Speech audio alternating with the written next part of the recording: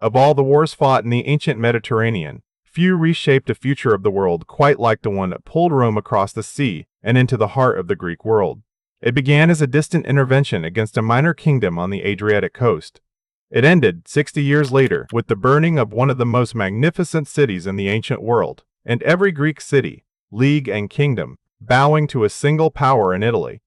This is the story of how the Roman Republic, almost accidentally, became the master of Greece, and in doing so, absorbed the culture that would define its own civilization for the next 1,000 years.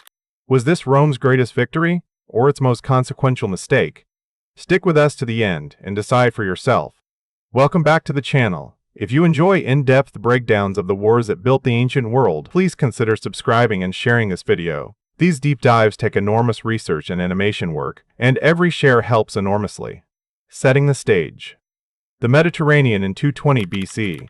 By the closing years of the 3rd century BC, the Mediterranean world had settled into an uneasy balance of power. Rome had just clawed its way out of the First Punic War, exhausted but victorious, having wrested Sicily from Carthage, and establishing itself, for the first time, as a naval power to be reckoned with. Yet Rome's gaze was still fixed westward, toward Carthage, toward the Alps, toward the looming shadow of a young Carthaginian general named Hannibal. To the east lay a very different world, the fractured inheritance of Alexander the Great. 3 centuries after his death, his empire had splintered into rival dynasties. The Antigonids ruled Macedon and dominated much of mainland Greece. The Ptolemies controlled Egypt and parts of the eastern Mediterranean coastline. The Seleucids held the largest but most unwieldy realm, stretching from Asia Minor to the borders of India. Wedged between these giants were smaller but proud states: the Aetolian League, the Achaean League, the Kingdom of Pergamon, and the free cities of Greece itself, each jealously guarding what independence they had left. Rome, at this point, had almost no interest in Greek affairs. That would change because of pirates. Across the Adriatic Sea, the small but aggressive kingdom of Illyria, under Queen Teuta, had built a reputation for state-sponsored piracy, raiding merchant shipping and coastal towns with impunity. When Roman envoys were killed while protesting these raids, the Senate had its pretext. In 229 BC and again in 229 BC, Roman fleets and legions crossed the Adriatic in the First and Second Illyrian Wars, crushing Illyrian power and establishing a Roman protectorate on the eastern shore of the sea. It seemed a minor colonial policing action.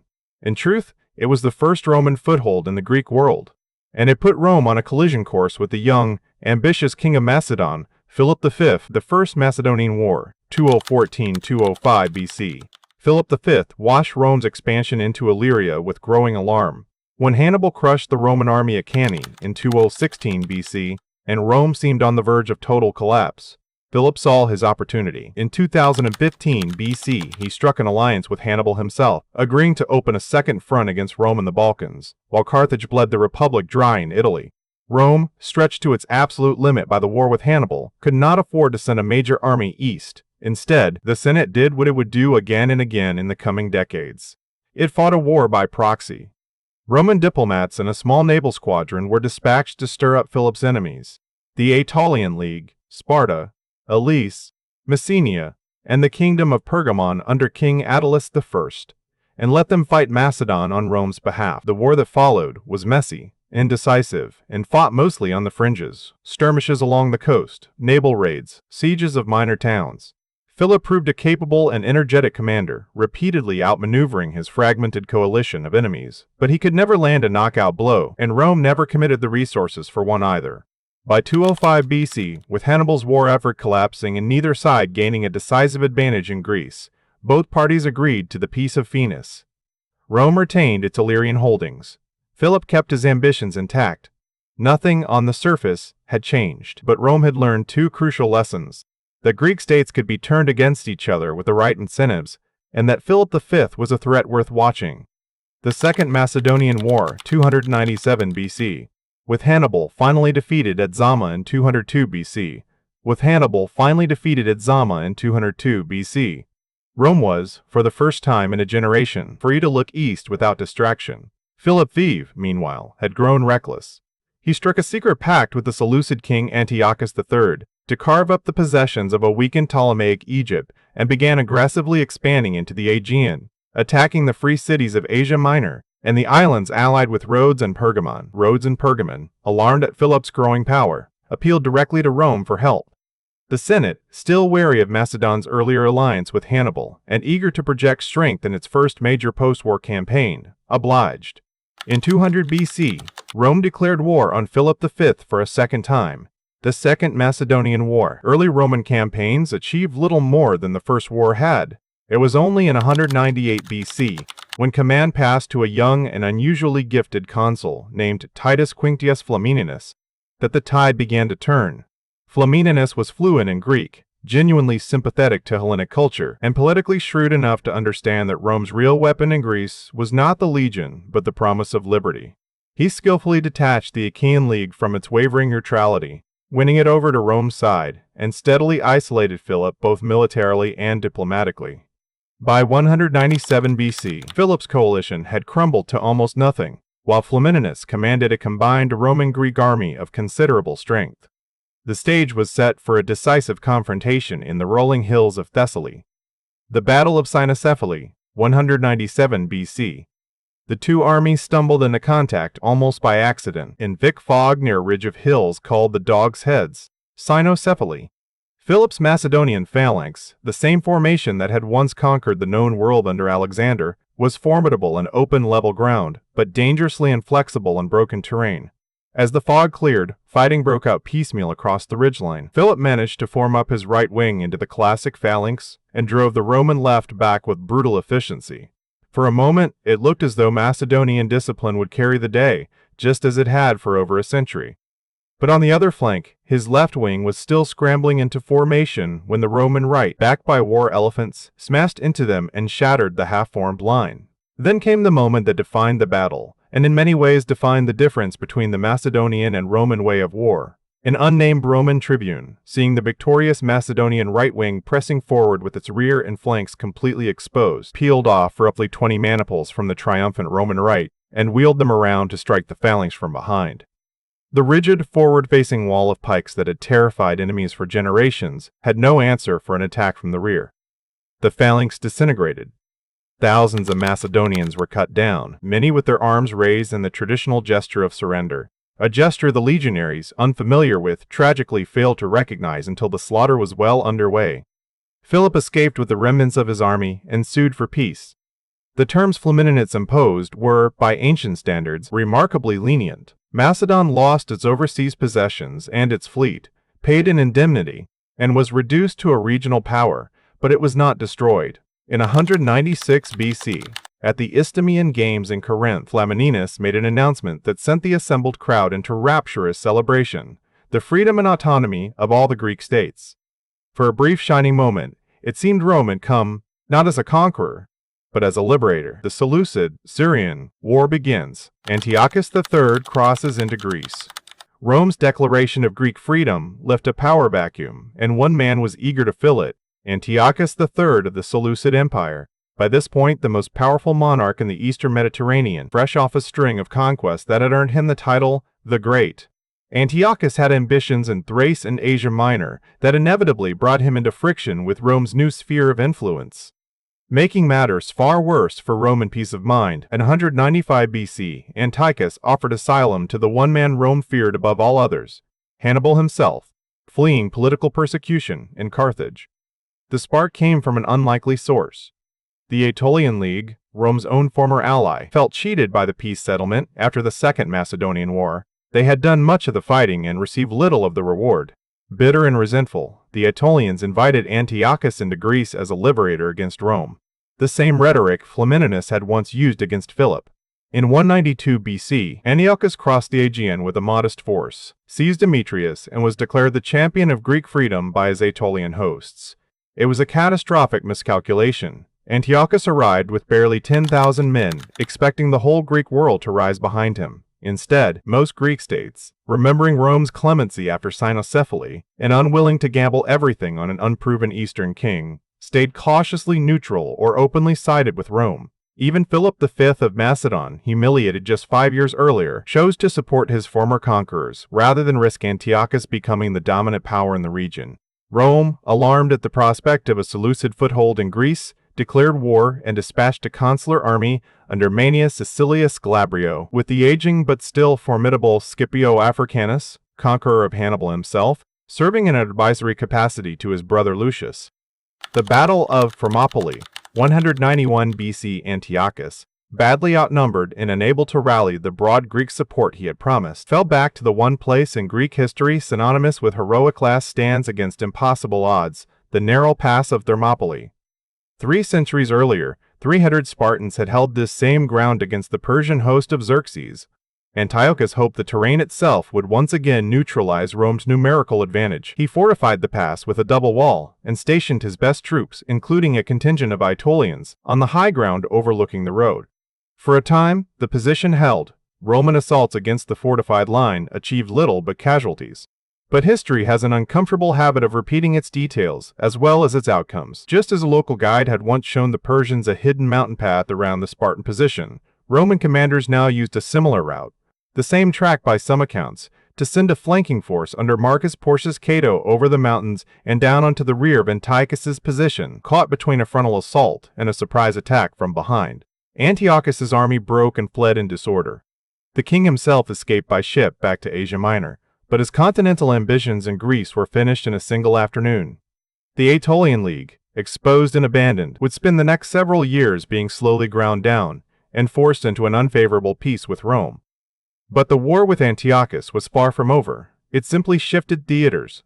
From the mountains of Greece to the sea lanes and plains of Asia Minor, Antiochus's naval defeats control of the Aegean Sea would decide whether Rome could safely project an army into Asia to finish the war. Here Rome relied heavily on its allies, the maritime republic of Rhodes and the fleet of Pergamon, whose ships and local knowledge of the eastern Mediterranean far outmatched anything Rome could muster alone. Antiochus placed his hopes in his admiral Polixenides, along with a squadron commanded, remarkably, by Hannibal himself, who had taken service with the Seleucid king after fleeing Carthage. In a series of engagements through 190 BC, Alcorcus, at the mouth of the Eurymedon River and near Myonesus, the combined Rhodian and Roman fleets systematically dismantled Seleucid naval power. Hannibal's squadron was defeated at the Eurymedon before it could even link up with the main fleet, and the decisive battle at Myonesus effectively broke Antiochus's ability to contest the sea. With the Aegean secured, the way lay open for a Roman army to cross into Asia Minor for the first time in the Republic's history, an almost unthinkable prospect a generation earlier, and a clear sign of how far Rome's ambitions and capabilities had expanded.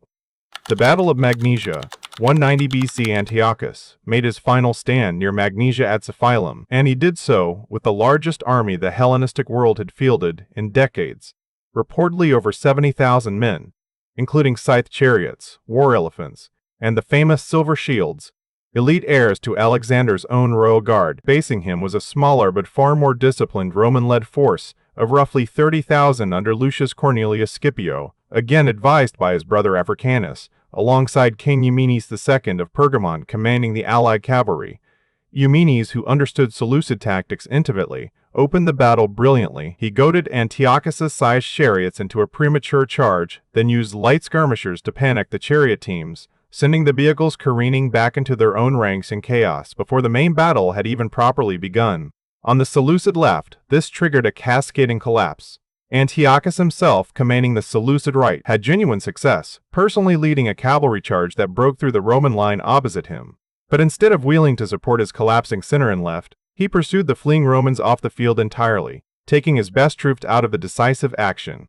It was a costly, almost fatal error in battlefield judgment, with the Seleucid center now isolated and its flanks disintegrating.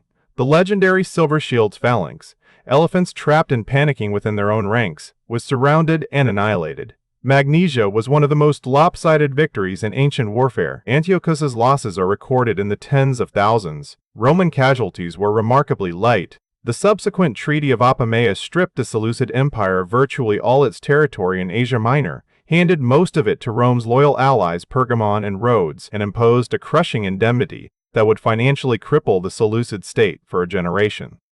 The once mighty empire of Antiochus the Great would never again seriously threaten Roman interests. Rome, almost without intending it, had become the arbiter of the entire eastern Mediterranean. The Third Macedonian War, 168 BC. For 2 decades after Cynoscephalae, Macedon under Philip V and then his son Perseus quietly rebuilt its strength, careful never to provoke Rome directly. Perseus, who succeeded his father in 179 BC, was ambitious and popular among the Greek states, perhaps too popular for Rome's comfort. He renewed old alliances, married into the Seleucid royal family, and positioned himself as a genuine champion of Greek independence, exactly the role Flamininus had once claimed for Rome itself. Rome, increasingly suspicious of any single power gaining real influence in Greece, seized on manufactured pretexts, including dubious accusations from King Eumenes II of Pergamon, who had his own reasons to want Macedon weakened, and declared war in 171 BC. Unlike the earlier conflicts, this war saw Rome commit substantial forces from the outset, determined to settle the Macedonian question once and for all. The Battle of Callinicus, 171 BC, early in the war, in one of the few genuine Macedonian successes of the conflict, Perseus's cavalry inflicted a sharp defeat on a Roman force near Callinicus in Thessaly. Though tactically significant and a real morale boost for the Macedonians, the victory achieved little strategically. Perseus failed to press his advantage into a broader offensive, and Rome, with its far greater capacity to absorb losses and replace armies, simply regrouped and continued the war. It would prove to be Macedon's last meaningful battlefield success in its long and storied history as an independent power. The Battle of Pydna, 168 BC. The war dragged on inconclusively for 3 years, hampered by poor Roman leadership, until command passed to the consul Lucius Aemilius Paullus in 168 BC, an experienced, methodical commander determined to avoid his predecessor's mistakes. Maneuvering Perseus's army out of its strong defensive positions through a difficult flanking march over the mountains, Paullus forced a decisive battle on the plain near the city of Pydna. As at Cynoscephalae, the Macedonian phalanx performed devastatingly well on level, open ground, initially driving the Roman line backward with terrifying momentum. Paullus himself later admitted the sight of the advancing phalanx was the most frightening spectacle he witnessed in his entire military career. But as the phalanx pursued the retreating Romans across broken, uneven terrain near the base of the hills, gaps inevitably opened between its rigid units, the same structural weakness that had doomed Philip V's army a generation earlier. Roman legionaries, trained specifically to exploit exactly this kind of opening, poured into the gaps in small, flexible groups, attacking the exposed flanks of individual pike units where the long Macedonian sarissas became useless liabilities at close range. Once broken open, the phalanx could not reform. What followed was less a battle than a massacre. Macedonian losses are estimated at over 20,000 men in a single afternoon, against remarkably light Roman casualties. Pydna effectively ended the Antigonid kingdom of Macedon. Perseus was captured, paraded through Rome in Paulus's triumph, and died in captivity soon after. Macedon itself was carved into 4 powerless client republics, forbidden from maintaining significant armies or unified government, a deliberate policy of divide and rule that would become the template for Rome's final absorption of Greece. The Fourth Macedonian War and the Achaean War, the final conquest. 2 decades of humiliation and resentment simmered under Roman client rule until 150 BC, when a pretender named Andriscus, claiming descent from Perseus, sparked a brief but genuine rebellion. The Fourth Macedonian War. Rome crushed the uprising with contemptuous ease, and this time took no chances.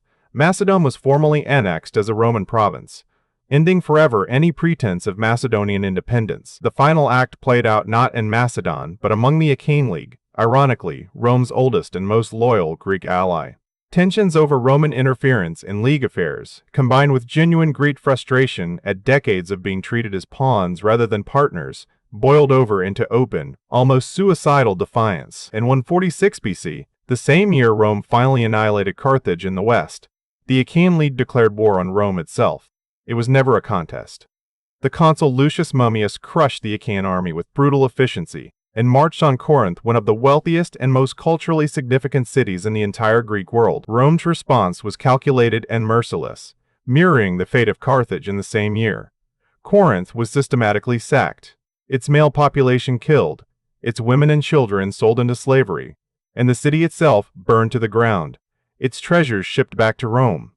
The message was unmistakable. With no military power left capable of resisting, the Achaean League, the Aetolian League, and every remaining vestige of independent Greek political organization were formally dissolved. All of Greece was absorbed into the Roman province of Macedonia. The Hellenistic age of independent Greek city-states and kingdoms, which had endured in various forms since the death of Alexander the Great a century and a half earlier, was over. Legacy. Rome's greatest victory? So was this truly Rome's greatest victory? In purely military terms, the conquest of Greece was almost absurdly cost-effective for Rome, won largely through diplomacy, proxy wars, and a handful of genuinely decisive battles, rather than the decades of grinding attrition it took to subdue Carthage or Iberia.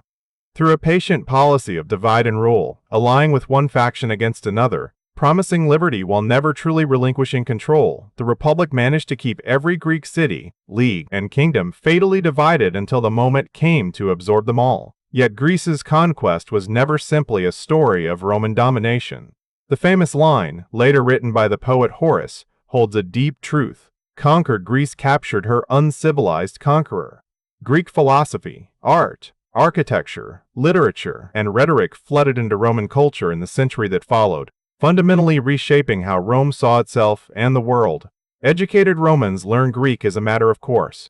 Greek tutors, physicians, and artists became essential fixtures of elite Roman households. Greek cities, though politically subjugated, remained vibrant centers of learning for centuries to come. Greek culture, carried forward under the umbrella of Roman power, would go on to shape the Pax Romana, provide the intellectual foundation for early Christianity, survive in the Byzantine East for another 1,000 years after Rome itself fell, and ultimately re-emerge to help spark the Renaissance in Western Europe. In that sense, the conquest of Greece may have been Rome's greatest victory after all, not because it destroyed a civilization, but because, almost against its own intentions, it preserved one. Outro. That brings us to the end of Rome's long rolladry, complicated road to mastering Greece, from the piracy of Illyrian queens to the smoking ruins of Corinth. We'll be covering the Roman Republic and the wider Hellenistic world in much greater depth in future videos. So if you enjoyed this one, please consider liking, commenting, and sharing. It helps this channel enormously. Join us via the links in the description for early access and more. This has been your deep dive into Rome's conquest of Greece. We'll catch you in the next one.